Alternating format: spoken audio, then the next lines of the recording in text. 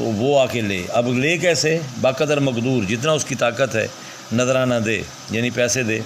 اس کا اندازہ قرار دینا حاکم کی رائے پر ہے. جو اس وقت وہاں کا انچارج ہے، حاکم ہے، وہ کرے گا. روپیہ دو اور ٹکٹ لو، یعنی پیسے دو اور اجازت نامہ لو. گھر برباد ہو جائے، آپ شہر میں آباد ہو جائے. یعنی اتنا پیسے ان اجازت ناموں کے لیتے تھے کہ سارے پیسے جو ہیں وہ دے آئے اجازت نامے کے، اور یعنی گھر برباد ہو گیا. تو کیسے آ کے یہاں رہے؟ یہ ظاہر ہے اس کے لیے انتہائی مشکل تھا. اور اب دیکھتے ہیں جو رہتے ہیں ان کو اخراج کیا جاتا ہے. ظاہر ہے جن کے پاس پیسے نہیں ہوں گے وہ چلے جائیں گے یہاں سے، اور جو باہر پڑے ہیں وہ شہر میں آتے ہیں.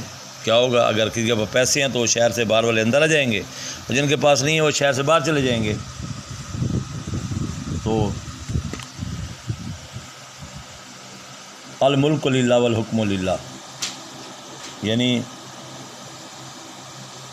ملک اللہ کا ہے اور حاکمیت بھی اسی کی ہے. اصل اور دائمی حکمران تو اللہ ہے. انگریز ہوں یا مغل یا مقامی حکمران، سب عارضی اور وقتی حاکم ہیں. نور چشم یعنی میری آنکھوں کا نور، آنکھوں کی روشنی، یعنی بیٹا میر سرفراز حسین میر مہندی حسن مجروح کے بھائی تھے، اور میر نصر الدین یہ مولانا فخر الدین عالم فخر عالم کے خلیفہ شاہ محمد عالم کی اولاد میں سے تھے. ان کا ذکر یہاں آخر میں کیا ہے. اور جناب میرن صاحب جو ان کے بڑے بھائی تھے، میرن صاحب، اس کا حوالہ دیا ہے کہ ان تینوں کو سلام بھی اور دعا بھی. یہ خط کا اصول ہے شروع سے ہی کہ بڑے جو ہیں ان کو سلام اور چھوٹوں کو دعا دی جاتی ہے. تو اس لیے غالب نے یہاں لکھا کہ ان میں سے جو چاہیں قبول کر لیں، سلام یا دعا دونوں ان کے لیے حاضر ہیں. یہ تھا پہلا خط غالب کا، جو میں نے آپ کو اس کا تھوڑا سا حوالہ دیا ہے تاریخی، اس کو بھی ساتھ ساتھ تشریح میں شامل کیجیے گا. پیراگراف جو ہیں اس کے میں نے پہلا بھی 2 پیرے آپ کو نوٹ کروائے ہیں. تیسرا پیرا بھی اس کا ہے آخر میں کہ کل سے یہ حکم نکلا کہ جو لوگ شہر سے باہر مکان کیوں بناتے ہیں، یہاں سے لے کر الملک للہ والحکم للہ یہاں تک. تیسرا پیرا بھی ہے. یہ اتنا امپورٹنٹ نہیں ہے جتنا پہلے 2 ہیں. بہرحال آپ ان کی تشریح کیجیے گا، خلاصہ اس کا سلیبس کا حصہ نہیں ہے. تو آج اتنا کافی ہے، انشاءاللہ کل پھر ملاقات ہوگی. السلام علیکم.